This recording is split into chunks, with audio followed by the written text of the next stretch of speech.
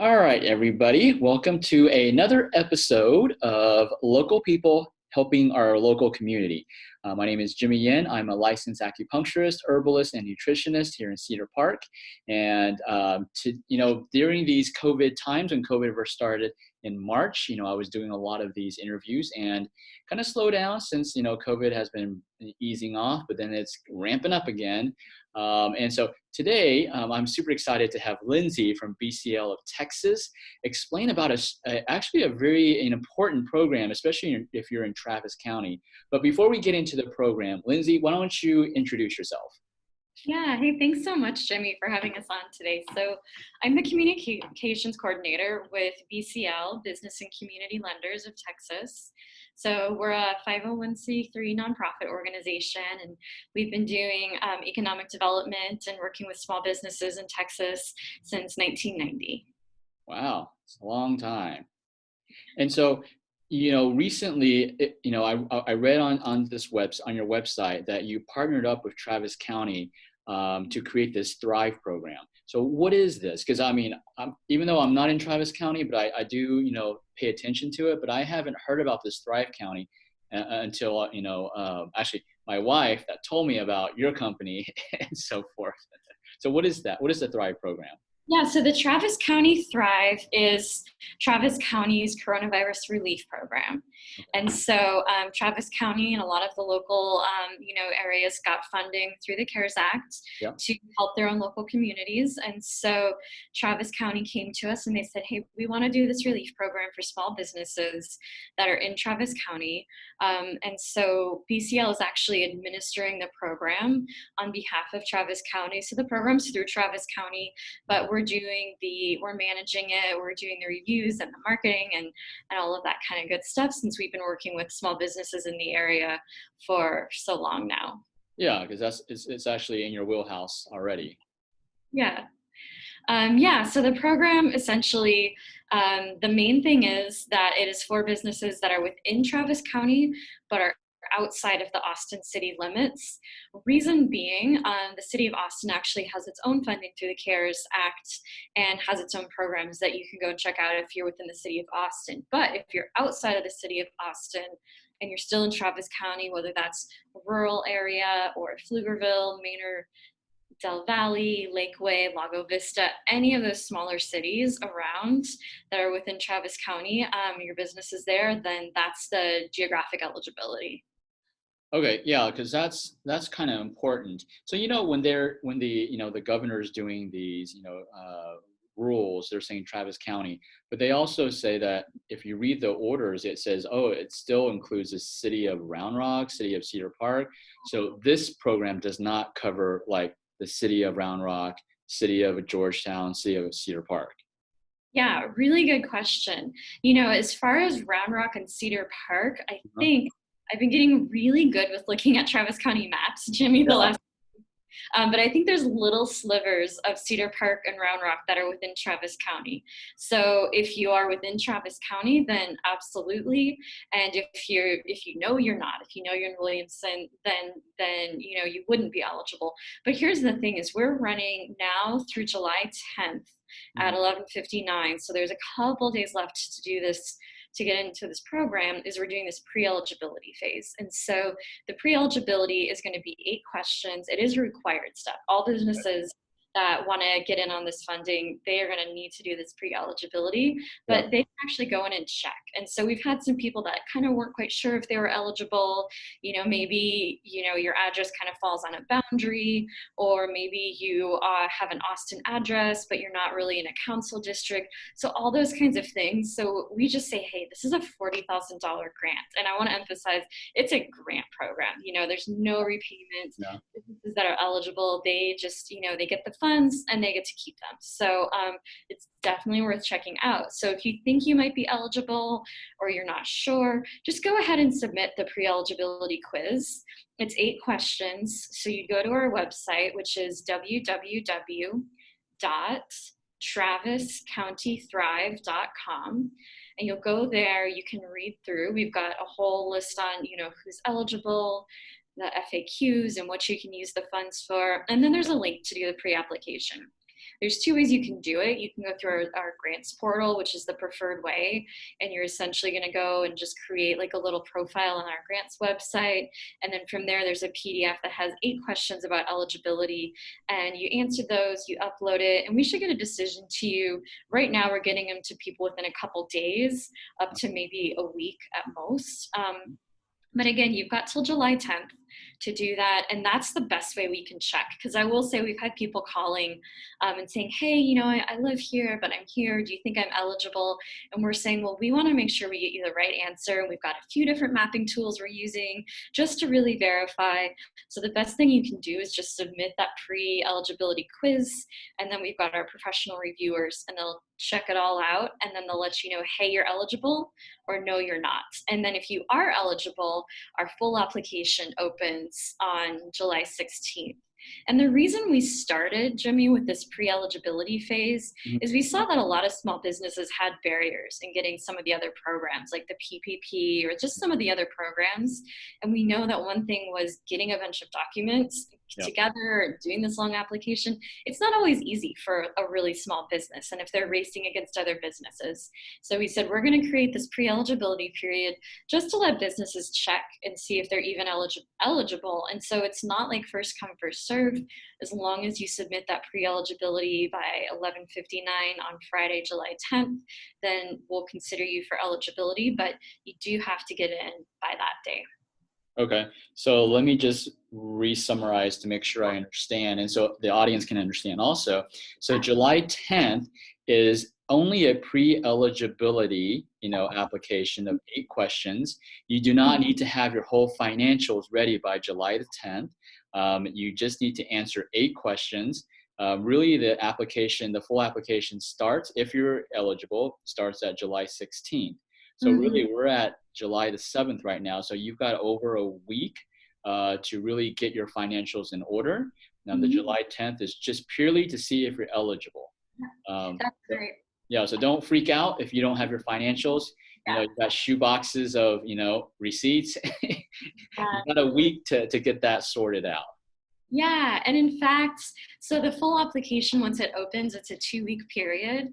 And again, it's not first come, first serve, because we don't want people having that, that time crunch. Yeah. So once the full application does open, businesses will have 2 full weeks to go ahead and get everything in.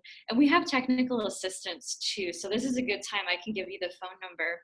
And so if businesses are working on that, and it's on the website, but if they're, looking at the pre-application and they have any questions or even just need help, uploading or working with the grants portal, they can just call us 9 a.m. to 6 p.m. Monday through Friday.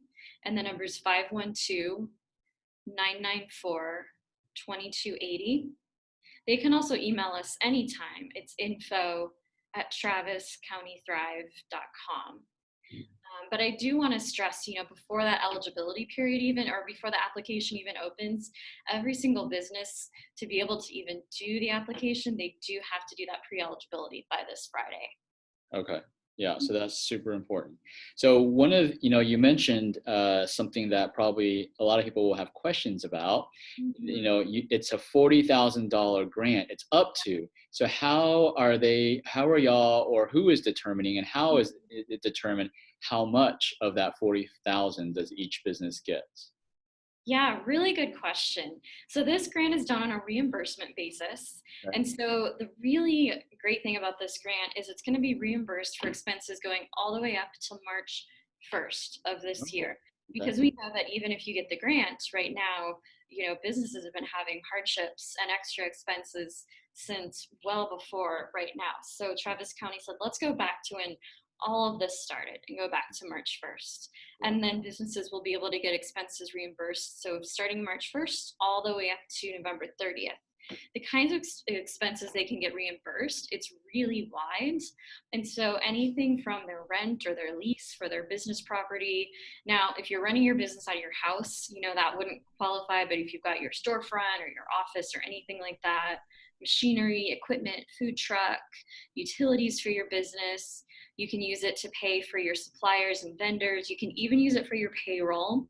Mhm. And then you can also use it for any PPP or any testing or any kind of extra equipment or technology that you've had to get because of COVID. So it's a really wide range of expenses. And Yeah. so, you know, you can kind of do your best estimate. That pre-eligibility, we don't want you plugging out your calculator and poring over spreadsheets for hours. Just Yeah. kind of give us your best guess of, you know, all those expenses from the period from March to the end of November. How much do you think it comes out to? If it's more than 40,000, well then just go ahead and apply for the max. Yeah. Um, you know, and I would encourage businesses to ask for as much as they think they can, because then when we do the full application, we'll really like verify all that. So Yeah. the pre-eligibility, kind of just give us your best guess and we'll go off of that. Okay. So basically they submit all this information and your team basically sorts through all of it and see, Exactly. what they actually qualify for. Exactly. And okay. And so is there you said it's not a first come first serve like the PPP, the PPP ran out, I don't know, within a week. And Yeah. so, what if, y'all get an influx? If it's not first come first serve, then what if the people that apply late, are, are y'all going to run out of money for the grant? Yeah, really, really good question. So, what Travis County has done is they've set forth some priority groups. And Okay. so, a couple of things that Travis County wants to prioritize is equity. And so, they want to prioritize women and minority owned businesses. They want to prioritize businesses that are in low income areas and low income census tracts. And then, one thing, so we saw with PPP, a lot of the big businesses had a person submitting this on their behalf. And Yeah. so Travis County said, hey, we're actually going to prioritize the businesses that are doing their own submission of the application. So that's another priority levels. If you're, which most businesses are, if they're really small, you're doing your own application, you're doing this yourself, that's going to be another priority. And then beyond that, they're going to look and make sure that they're hitting a range of industries, a range of, sizes of businesses. And then they're going to be looking at that they're getting a good geographic distribution too. So essentially, if everyone who does the pre-eligibility will say, yes, you're eligible, do the full application, or if you're not, you're not. But then once we get all the full applications, if we have more than we have funds for, that's where we've got a review committee approved by Travis County, and they'll start going through and prioritizing who gets the funding based on those guidelines they set forth. Okay. So how much funding did Travis County get for this Mm-hmm. program? Yeah, we have 9 million total that we're going to disperse. Okay. So we're estimating to work with about 225 up to 250 businesses. Okay. Okay. That's good. Anything else that people may not think about that they need to be thinking about when applying or getting ready to apply? Mm-hmm. Yeah, really good question. A couple of things I didn't mention. So just to ensure they're small businesses, the cutoff that Travis County set was businesses, their net income is $500,000 or less, and that's based on their 2019 revenue, since hopefully you'll already have or almost have done your 2019 taxes. Should have. Yeah, hopefully. And then also 25 or fewer full-time equivalent employees. So those are the size cutoffs. And then as far as eligibility, that geography is the big one, the size. And then if you read on the website, there's a couple types of ineligible businesses. So nonprofits are ineligible for this program. And then anything like religious organizations, political organizations, gambling, things like that. So there's a list of some kind of standards, exceptions that wouldn't be allowed. So I just say go on the website. Again, the TravisCountyThrive.com. You can kind of read through and just make sure, that you're hitting all those. But I would also say any doubts about, if I'm eligible or not, hey, it's $40,000.